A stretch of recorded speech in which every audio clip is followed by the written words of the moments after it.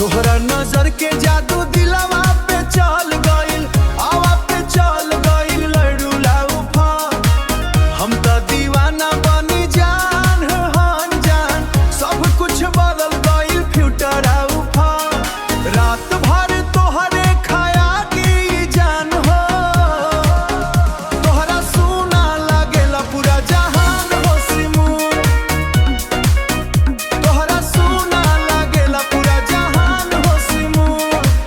जब तू हंसी त लागे सवेरा हो गइल, दिल के अंधेरा सवेरा हो गइल। होठवा पे नाम बस तोहारे रहेला, सांस में खुशबू के देरा हो पतेला, सांस में खुशबू के देरा हो पतेला।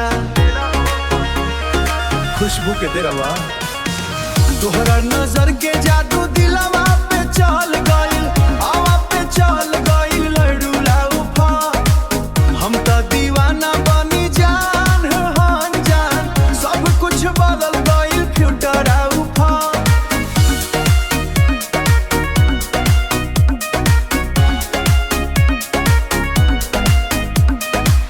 गलिया में निकले तो मौसम बदल जाए कैंसल।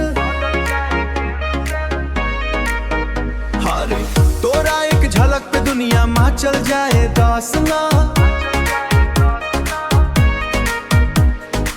चंद भी शर्मा के बदरी में चुप जाए सरावे, जब तू अखिया से अखिया मिला जाए। दिल के धड़कन में बस गइल हो, सपना से बढ़ के लगेलू हो। रब से मांगी जे दुआ रहनी, ओही दुआ बन के